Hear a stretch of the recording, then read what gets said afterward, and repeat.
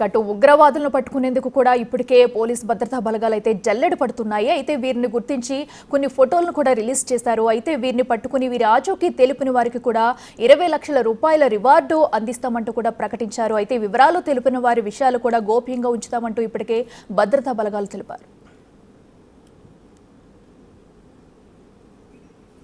రెటక జమ్మూ కాశ్మీర్లో 5 గంటలుగా ఎన్కౌంటర్ కొనసాగుతుంది. నిఘా వర్గాల సమాచారంతో ఆర్మీ పోలీసులు సెర్చ్ ఆపరేషన్ చేపట్టారు. ఉదంపూర్, డూడు, బసంత్గఢ్ ప్రాంతాల్లో భద్రతా బలగాలు ఉగ్రవాదుల మధ్య ఎదురు కాల్పులు జరుగుతున్నాయి. కాల్పుల్లో ఒక జవాను మృతి చెందాడు.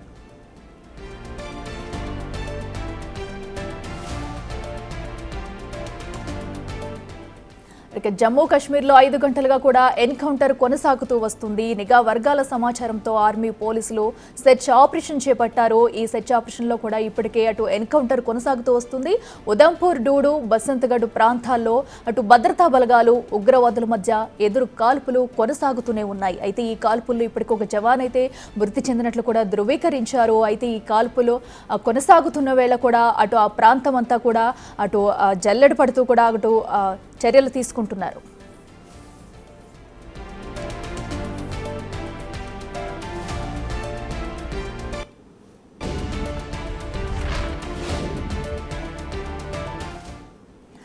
జమ్మూ కాశ్మీర్లో కూడా ఎన్కౌంటర్ కొనసాగుతూ ఉంది. అయితే ఎన్కౌంటర్లో ఇప్పటివరకు కూడా ఒక జవాను మృతి చెందినట్లుగా తెలుస్తుంది. ఇదే అంశానికి సంబంధించి మరింత సమాచారం మా ప్రతినిధి శివ లైవ్లో అందిస్తారు. శివ, చెప్పండి, ప్రస్తుతం అక్కడ సిచ్యువేషన్ ఎలా ఉంది? రైట్, జమ్మూ కాశ్మీర్లో ఉద్రిక్త పరిస్థితులు కొనసాగుతూ ఉన్నాయి. మొత్తంగా చూసుకుంటే మొన్న జరిగిన పెహల్గాంలో ఉగ్రవాదుల దాడి తర్వాత జమ్మూ కాశ్మీర్ వ్యాప్తంగా కూడా భద్రతను కట్టుదిట్టం చేసింది భారత ప్రభుత్వం. దానిలో భాగంగా ఎక్కడికక్కడ అన్ని పాకిస్తాన్కి సంబంధించిన సరిహద్దులు, భారత సరిహద్దులు, ఇటు పాకిస్తాన్ నుంచి ఎవరు కూడా భారతదేశంలో ప్రవేశించకుండా ఉండే విధంగా కూడా పటిష్టమైన చర్యలు చేపడుతున్నారు. నిన్న కూడా బారాముల్లా సెక్టార్లో ప్రవేశించేందుకు ఉగ్రవాదులు ప్రయత్నించిన నేపథ్యంలో భారత భద్రతా బలగాలు వారిపై కాల్పులు జరిపి ఇద్దరిని హతమార్చారు. వారి దగ్గర మొత్తం భారీ మొత్తంలో తుపాకులు కానీ మందుగుండు సామగ్రి కూడా అన్ని కూడా మారణాయుధాలన్నీ కూడా వారి దగ్గర నుంచి స్వాధీనం చేసుకున్నారు. ఈరోజు కూడా ఎన్కౌంటర్ కొన్ని గంటలుగా కొనసాగుతుంది. దాదాపు 7 గంటలకు పైగా కూడా ఈ ఎన్కౌంటర్ అనేది కొనసాగుతుంది.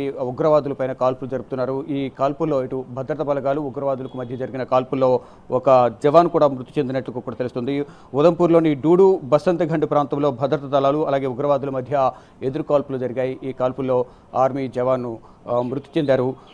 ఇక నిఘా వర్గాల సమాచారంతో ఉదంపూర్లోని డూడు, బసంత్గఢ్ సెర్చ్ ఆపరేషన్ చేపట్టారు ఆర్మీ అలాగే జమ్మూ కాశ్మీర్ పోలీసులు.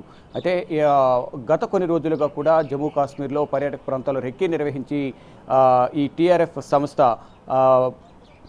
ద రెసిస్టెన్స్ ఫోర్స్ అనే ఉగ్రవాద సంస్థ స్థానికుల సహకారంతో ఈ పర్యాటక ప్రాంతమైన పెహల్గాంలో దాడులకు పాల్పడిన సైనిక దుస్తుల్లో రావడం, అక్కడ స్థానికుల ఇచ్చిన సహకారంతోనే వారు అక్కడికి రాగలిగారు. అంటే చుట్టూ చెట్లు ఉండటం, అదంతా కూడా ట్రెక్కింగ్ ఏరియా కావడంతో ఇటువంటి వాహనాలకు సంబంధించి రాకపోకలకు అవకాశం లేకుండా ఉండటం, కాలినడకన గుర్రాల మీద మాత్రమే అక్కడ ఆ ప్రదేశానికి వెళ్ళే అవకాశం ఉంటుంది. తర్వాత కాల్పులు జరిగిన తర్వాత సహాయక చర్యలు చేయడానికి కూడా చాలా ఇబ్బంది ఏర్పడిన పరిస్థితి కనిపిస్తోంది. కానీ అక్కడ భద్రతా సిబ్బంది కాల్పులు శబ్దం విన్న వెంటనే అక్కడున్న ఆర్మీ సిబ్బంది అందరూ కూడా సహాయక చర్యలు పాల్గొనేందుకు వెంటనే అక్కడికి వచ్చి వారికి సహాయక చర్యలు అందించారు. వెంటనే ఇటు ఆర్మీకి సంబంధించిన ఉన్నత స్థాయి అధికారులకు సమాచారం ఇచ్చిన నేపథ్యంలో హెలికాప్టర్లలో అక్కడ కాల్పులకు సంబంధించి గాయపడిన వారు కానీ మృతి చెందిన మృతదేహాలను డెడ్ బాడీస్ని కూడా ఈ ఆసుపత్రికి తరలించి కొంతమందికి మెరుగైన చికిత్స అందించడం కానీ గాయపడిన వారిని కూడా అక్కడికి తరలించి ట్రీట్మెంట్ అందించారు. కానీ ఇప్పటి వరకు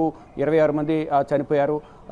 ఇక కొంతమంది పరిస్థితి విషమంగా ఉన్నట్లు కూడా తెలుస్తోంది. కానీ ఇప్పుడు ఇంకా కాల్పులు అనేది ఇటు జమ్మూ కాశ్మీర్ వ్యాప్తంగా కూడా భద్రతను కట్టుదిట్టం చేసిన నేపథ్యంలో ఎన్ఐఏ కూడా అక్కడ భద్రతకు సంబంధించి పర్యవేక్షిస్తోంది. డ్రోన్స్ ద్వారా సెర్చ్ ఆపరేషన్ కొనసాగుతుంది. ఎవరైతే ఉగ్రవాదులు ఉన్నారో ఉగ్రవాదులు కాల్పులకు సంబంధించి ఎవరైతే ఉగ్రవాదులు కాల్పులో జరిపారో వారు ఇప్పటికీ జమ్మూ కాశ్మీర్ సంబంధించిన సరిహద్దుల్లోనే చెట్లలోనే దాగున్నారు, అటవీ ప్రాంతంలో దాగి ఉన్నారు అనేది ప్రధానంగా ఆర్మీ అధికారులు గుర్తించారు. ఈ నేపథ్యంలో డ్రోన్ల ద్వారా సెర్చ్ ఆపరేషన్ అనేది కొనసాగిస్తున్నారు. ఎవరైతే ఉగ్రవాదులు ఉన్నారో దానికి సంబంధించి ముగ్గురు ఉగ్రవాదులకు సంబంధించి ఒక ఫొటోస్ కూడా రిలీజ్ చేశారు. వారందరినీ పట్టించిన నేపథ్యంలో 20 లక్షల రూపాయలకు సంబంధించి రివార్డును కూడా భారత ప్రభుత్వం ప్రకటించింది. ముగ్గురు ఎవరైతే రివార్డు ప్రకటించారో ఆదిల్ హుస్సేన్ ఠాకూర్, దీనికి సంబంధించి అనంతనాగ్లో నివసిస్తూ ఉంటారు. దానికి సంబంధించి ఈ ఉగ్రవాదికి సంబంధించి 20 లక్షల నిఘా రివార్డును కూడా ప్రకటించింది భారత ప్రభుత్వం. మరోవైపు ఇంకొక ఉగ్రవాది ఆలీభాయ్ తోల్హాబాయ్ అని కూడా పిలుస్తూ ఉంటారు. అతన్ని కూడా సంబంధించి కూడా ఈ ఉగ్రవాదికి సంబంధించి 20 లక్షలు రివార్డు ప్రకటించింది.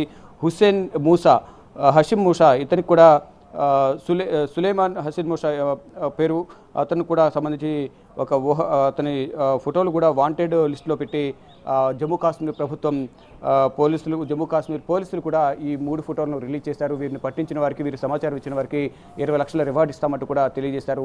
ఇక మొత్తంగా చూసుకుంటే ఇటు జమ్మూ కాశ్మీర్తో పాటు అటు దేశంలోని పలు కీలక ప్రాంతాల్లో కూడా అలర్ట్ జారీ చేసింది. ఢిల్లీ కానీ మహారాష్ట్ర ప్రాంతాల్లో కూడా అలర్ట్ జారీ చేసిన నేపథ్యంలో ఎక్కడికక్కడ భారీ భద్రతను ఏర్పాటు చేశాయి ఆ రాష్ట్ర ప్రభుత్వాలు. ఇటు ఢిల్లీలోనూ భారీ భద్రత నడుమ ఇక్కడ సెర్చ్ ఆపరేషన్ అయితే కొనసాగుతోంది. ఇక్కడ ఎక్కడికక్కడ ఢిల్లీలో కూడా ఈ ఎంబసీలు ఏవైతే ఉన్నాయో ఢిల్లీలోని వివిధ దేశాలకు సంబంధించిన రాయబార కార్యాలయం కూడా దేశ రాజధాని ఢిల్లీలో శాంతిపత్లో ఉంటాయి.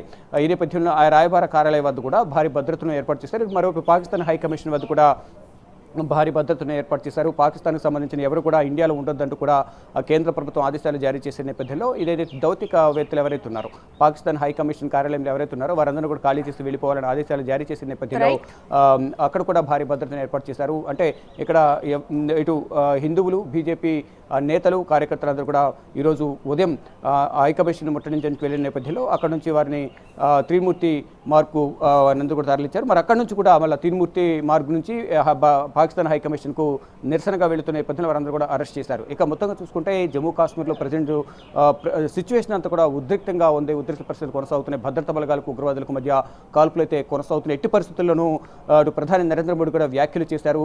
ఇది జరిగింది కేవలం పర్యాటకుల మీద మాత్రమే దాడి కాదు, భారతదేశంపైనే దాడి జరిగింది, ఎవరిని వదిలిపెట్టబోమంటూ కూడా ప్రధాని నరేంద్ర మోడీ వ్యాఖ్యలు చేశారు.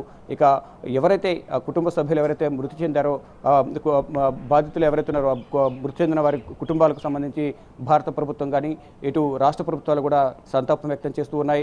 ఎక్స్గ్రేషియా కూడా ఇప్పటికే ప్రకటించారు. అన్ని విధాలు ఆదుకుంటామంటూ కూడా భారత ప్రభుత్వం చెబుతోంది. కానీ దానికి ప్రధానంగా ఎవరైతే దాడి చేశారో వారికి ప్రతీకార దాడి చేయాలనేది కూడా ప్రధానంగా దేశవ్యాప్తంగా ఒక డిమాండ్ అయితే వినిపిస్తూ ఉంది. Right Shiva, thank you.